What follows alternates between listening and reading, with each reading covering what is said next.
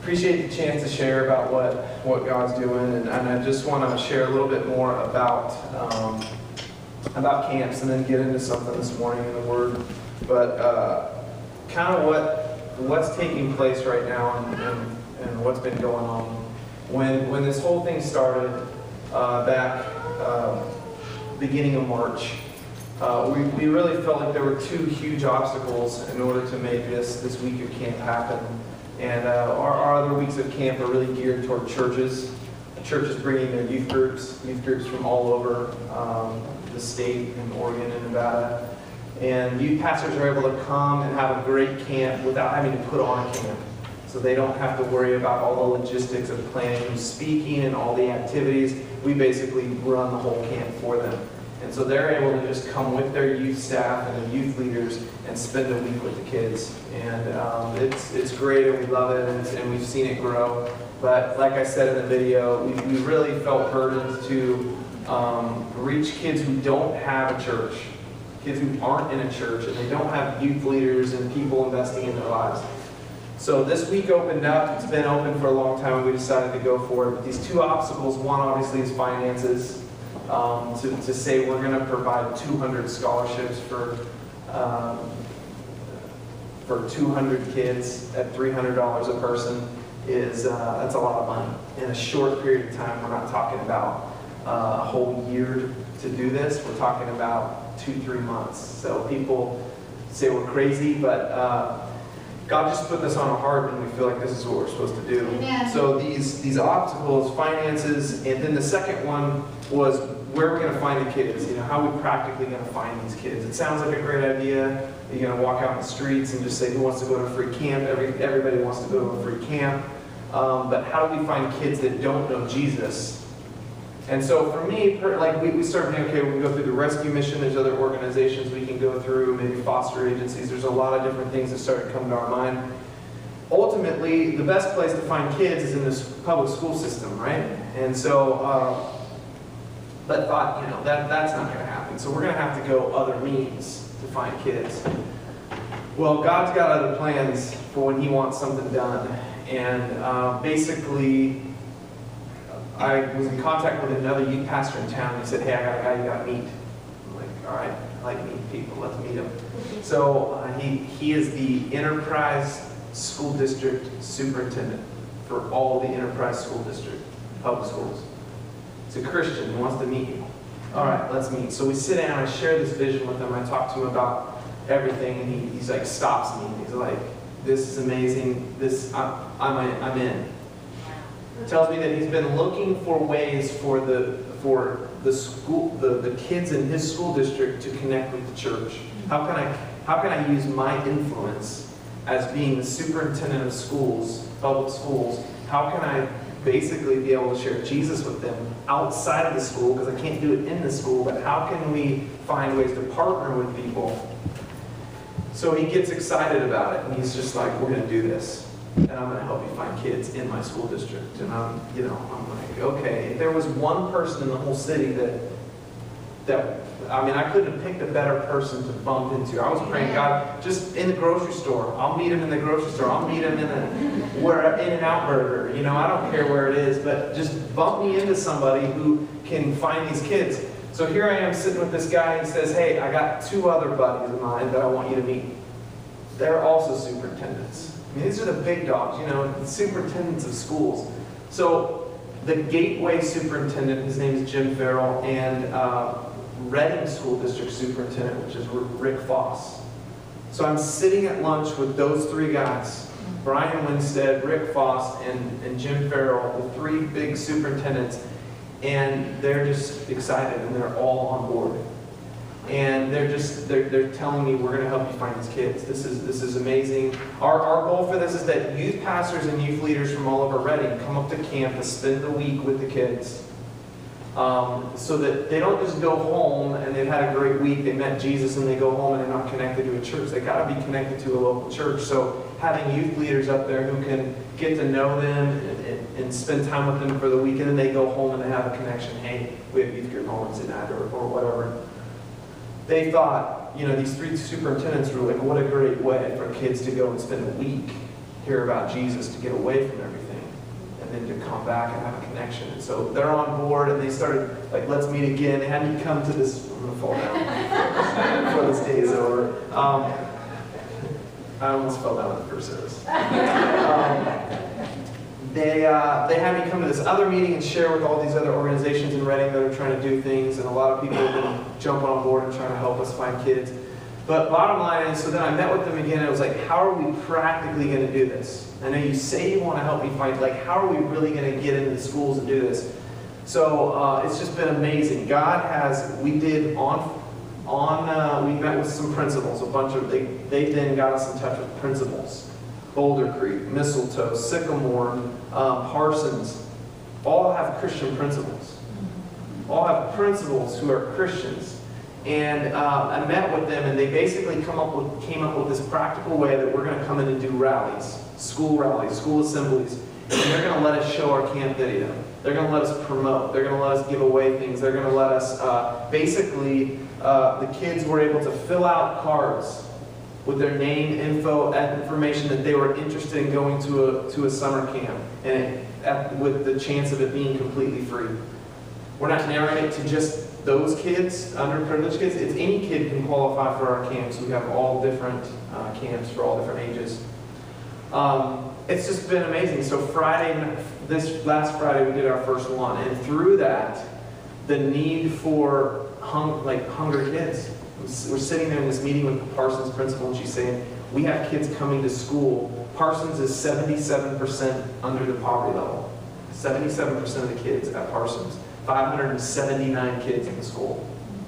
She says, we're seeing kids, so they get free lunches, free food. I mean, the kids line up for it.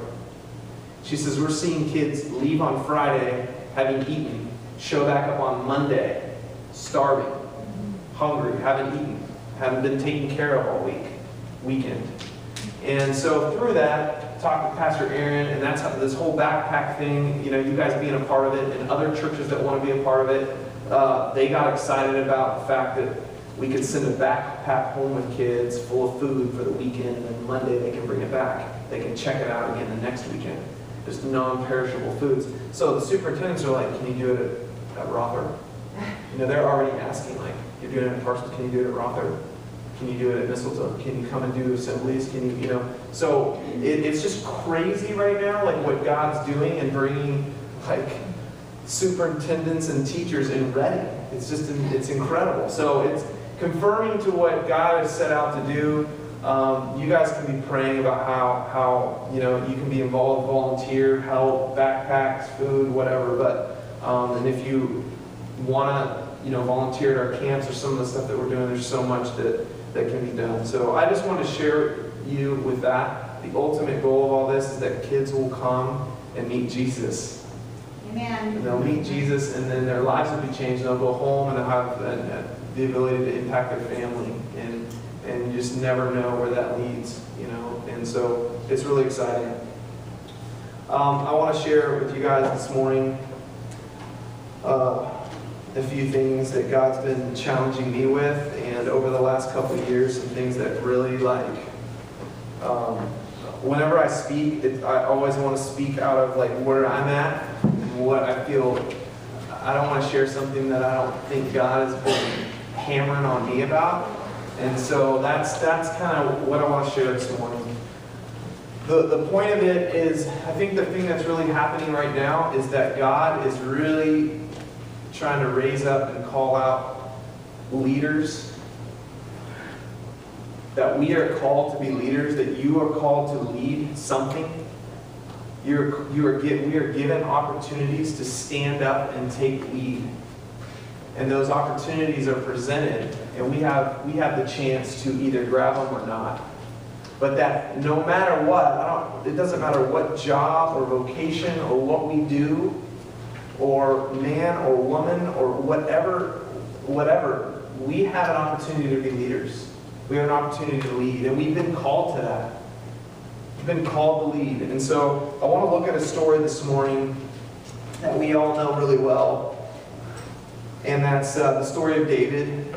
story of David and Goliath in 1 Samuel 17. If you have a Bible, you can turn there. 1 Samuel 17 is kind of where we're gonna land. I'm going to move down to verse 14 and start there. Most of us know this story of David and Goliath. We've heard it.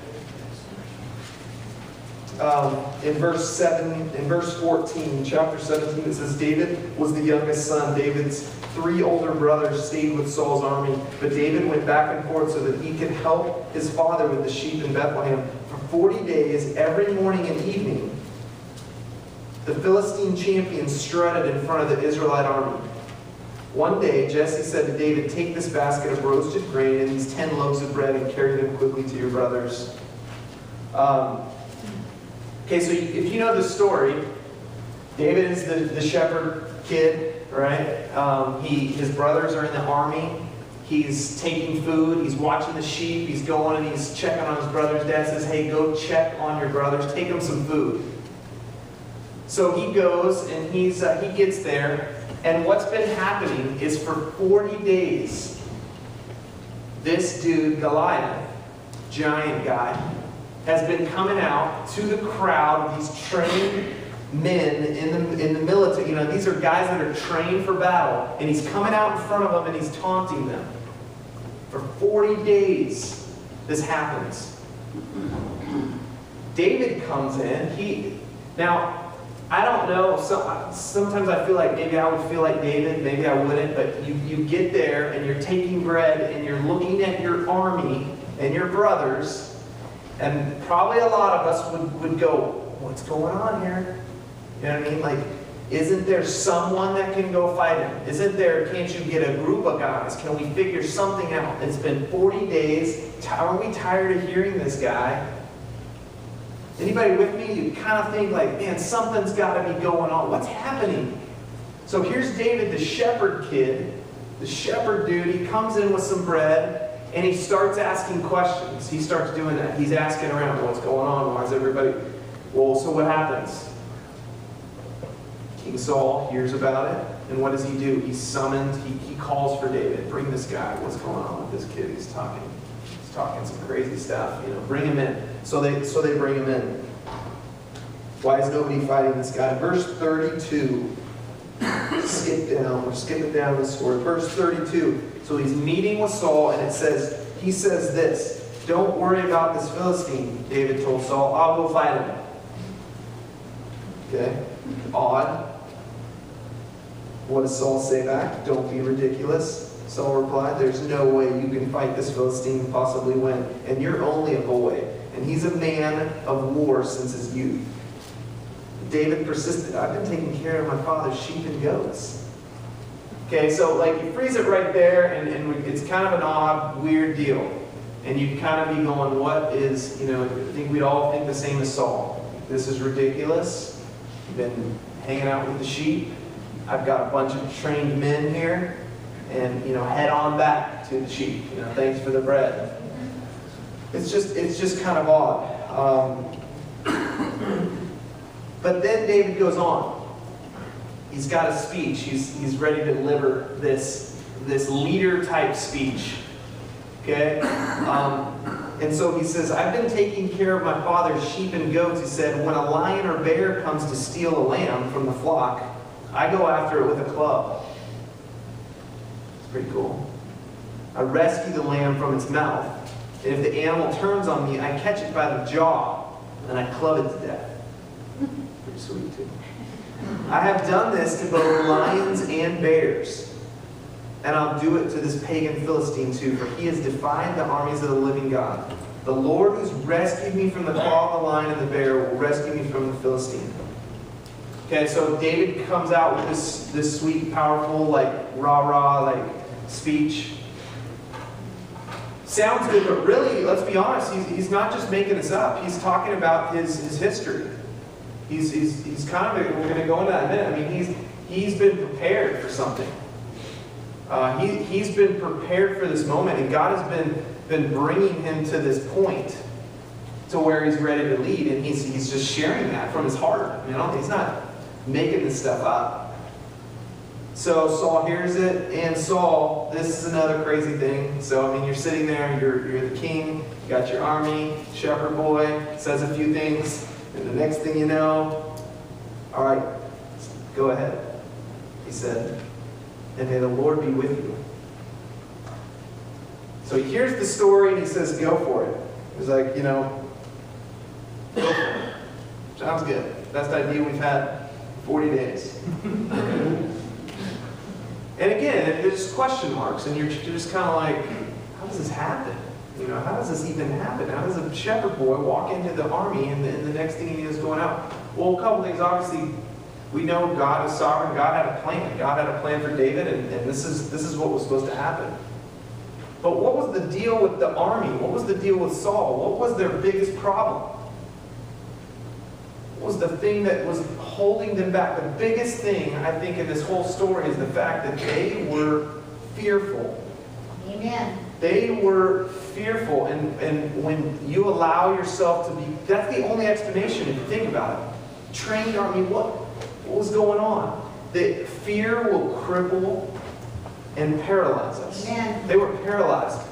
They were so afraid that they couldn't move. They were so afraid they couldn't even think of a plan. They were crippled. They were paralyzed in their fear. And that fear's a weird thing. It's a weird thing, fear. You ever been like really scared to that point where you're just, oh, why can I not move? I'm scared of heights. Really scared of them. And Dawn and I went on this high adventure course thing. It was like this high ropes thing. And I was like, in front of my youth group, there was like 20 kids there and my wife. We all signed up. I was like gung-ho. I'm the one that got everybody signed up for it. And we get up there and I'm looking at this stuff and it's like 40 feet up in the trees and I'm like, there is no way in the world I'm doing that. I was so scared. And Dawn's like, climbing out doing it. I'm like, oh, if she's doing it, I have to do it. So we went through this whole thing, and we get to this one section, and there's all these different weird things you got to do. Like one was, you're 40 feet up in the trees, and you're walking on a rope, and then you've got 2 ropes you can hang on, but they're all like loose. So you're just, you're doing this whole thing. That was freaky. But the one that really got me was we got to this. It's 40 feet up, and you're on a little round platform about like this wide that goes around a tree. And we're harnessed in. Okay? We're not like free falling here. We're harnessed in. But I'm still scared to death. And there's this section where you've got to jump. It was like this. It wasn't a jump. It was like that. But it was freaky, right? There's no tension on the rope, you're free. But I got there, and Dawn goes first, and she's just like, it was literally a step. It was like that. And I'm standing there, and standing there, and standing there, and standing there, and I'm just like, this is so terrifying.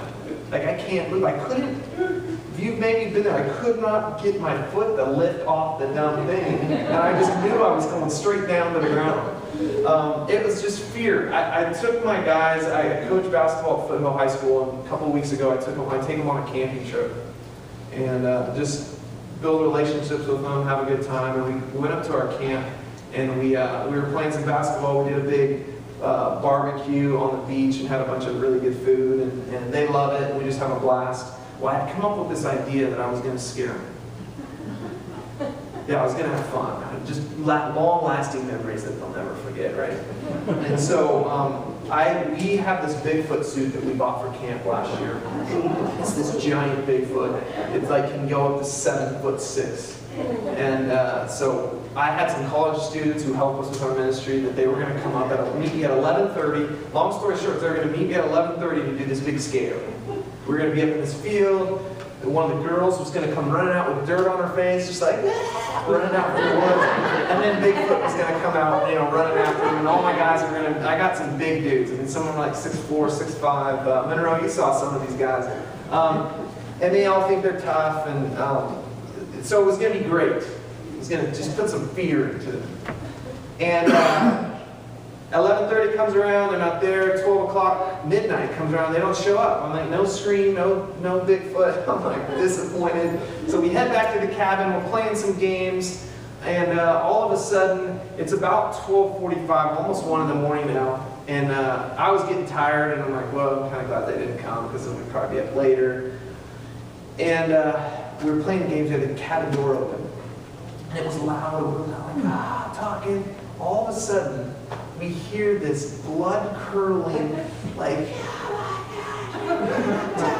help me! Just this screaming, echoing through the woods. And it startled me, because I thought we were done with all of them.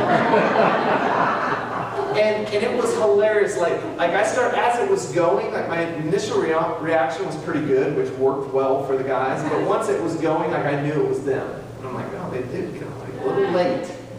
And so I slowly, like all the guys are starting, the conversation got quieter and quieter until everyone was just listening to this. It went on for like 20 seconds. And these guys, you should have seen the looks on their faces, was just classic. I mean, it was sheer terror. Because it sounded really bad. It sounded like someone was dying.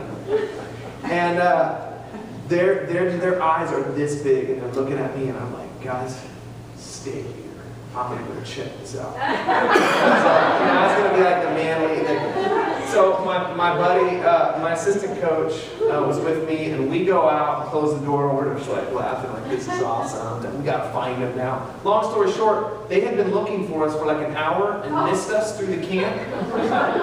I had some incompetent help. And all of a sudden, their car goes flying down the road and turns onto 44 and heads, and is gone. And I'm like, what are they doing? They just screamed one time and they left. Like, all the way, they drove 45 minutes up to camp and screamed and leave. I come back to the cabin after 15, 20 minutes of trying to call, get a hold of them. Finally found out that one of them had to work early, so they were just like, we can't be here anymore. We're ready to go. Like, all right, it's just a scream, I guess. I go back to the cabin and we're walking up to it. We've been gone for 15 minutes. It's silent, the lights are out. And I go to open the door and I flip on the light, and these guys, like a couple of them are hiding in the corners. One of them has a hatchet. It's like this. 3 of them have like fishing knives like this size. And I'm like, oh man. But their eyes were this big around, and they were just freaking out. 3 of them had their bags packed. It was crazy. And as we talk through it later, here's the thing. If you ever meet any of these guys, they don't know. They still don't know that this was planned. We never told them anything. So they still think, oh, well, we didn't see anything. We went out there was nothing there. So the legend has grown in their mind. I've had a couple parents call me and go, okay, I know that those are real. Like, how'd you pull that off? But as we talked with the kids, a lot of them have talked about how like at 15 minutes we were gone. They were really scared. And some of them like froze up and were just like, packing their stuff and like weren't moving. Others of them were like making plans. Okay, well, like if this happens, we need to do this. And there was one that was like, hey, does anybody got anything like on your heart you need to like he was ready to confess his sins, and like anybody want to get anything off their chest?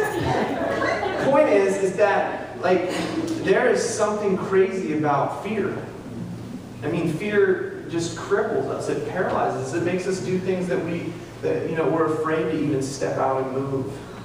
And so when I think about like what's the explanation for this? Like this army, you've got a whole army. You got this guy taunting you for 40 days. Fear had crippled, paralyzed them. It freezes us, and it keeps us from being able to accomplish what God really wants. That's right. Amen. I want to read a little bit out of this book. It's one of my favorite books. I try to read it often. I mean, there's just so many good things in there. It's called The Next Generation Leader, and it's by Andy Stanley. I encourage you guys to read it if you've never read it, but there's a couple things I want to read out of here. One of them that says, courage is essential to leadership because the first person to step out in a new direction is viewed as a leader. Being the first to step out requires courage. In this way, courage establishes leadership. I had to look back to the little obstacle course. I mean, Dawn stepped out and did it before me, and I was like, you know what, if she can do it, I can do it. And it's true. If she wouldn't have done it, I was seriously scared out of my mind to do it and did not, I wanted off. Like, I want off. She established leadership in that she stepped out and did it. And David did this. It's really interesting to think about in the story, like with David, how this whole little thing with Goliath propels him into like his future, what God had planned for him. Preparing him to be king, preparing him for leadership, preparing him for the things ahead of him. And if he would have sat in fear, like everyone else, then this opportunity may never have happened. If you look at verse 30, go to verse 37 of the story, right? So Saul says, all right, go ahead, may the Lord be with you. So then, listen what happens. Saul gave David his own armor. So Saul's kind of like, you know what, I'm going to help you out here. You're looking pretty weak, and you're probably going to get jacked up. So, here you go. Here's a bronze helmet, a coat of mail. David put it on, strapped the sword over it, took a step or two to see what it was like. For he'd never worn such things before. I can't go in these, he protested to Saul. I'm not used to them. So David took them off again and picked up 5 smooth stones from the stream and put them into a shepherd's bag. Then, armed with the shepherd's staff and a sling, he started across the valley to fight Goliath. Okay, just an amazing thing. Like if you're in the army or one of the trained military, wouldn't you kind of feel like sissy a little bit? Like, you go do it. You're not even trained and you got some rocks. Goliath walked out towards David with his shield bared ahead of him, sneering in contempt at this ruby-faced boy. Am I a dog, he roared at David, that you come at me with a stick? And he cursed David by the names of his gods. Come over here and I'll give your flesh to the birds and the wild animals, Goliath yelled. David replied to the Philistine, you come to me with a sword, spear, and javelin, but I come to you in the name of the Lord of the heaven's armies, the God of the armies of Israel whom you defied. Today the Lord will conquer you, will kill you and cut off your head. I will cut off your head. And then I will give your dead body, I will give the dead bodies of your men to the birds and wild animals, and the whole world will know that there is a God in Israel. And everyone assembled here will know that the Lord rescues his people, but not with sword and spear. This is the Lord's battle. He will give you to us. As Goliath moved closer to attack, David quickly ran out to meet him. Reaching into his shepherd's bag, taking out a stone, he hurled it with a sling and hit the Philistine in the forehead. The stone sank in and Goliath stumbled and fell face down on the ground. So David triumphed over the Philistine with only a sling and a stone. He had no sword. It's just an amazing story. And you look through the Old Testament and God was instructing kings and leaders to be courageous throughout the Old Testament. Throughout the Bible, you find God instructing these kings and leaders to lead courageously. Whether it was Esther or Joshua, Gideon, Moses, have courage. It's not going to be easy. It looks like it can't be done. It looks like there's no chance for this to happen. You're crazy. But these men and women were given opportunities in their face, opportunities to step up and be leaders for change, to make a change. And the key word for them is courage instead of fear. And in this story of David, it just seems like one of the greatest single acts of courage. You know, when you really look at all the stories by a young guy named David who was ready to make a difference and was gifted. He was a gifted leader. He was gifted and ready to go. I mean, just some of, like, even his little charge right there that he speaks in those final, verse 46. I will conquer the things that he says. He's just ready. He's been prepared. He's ready to lead. So it's crazy to think about a shepherd boy becoming a king. So what really set David apart? I mean, what was it that sets him apart as a leader? Is it his combat skills, his ability to maneuver the troops and get them in the right places and to lead army? Was it his battle skills with the sword? It's simply his courage. He's the only one really willing to see an opportunity, and God is with me, and he goes for it. It's his courage.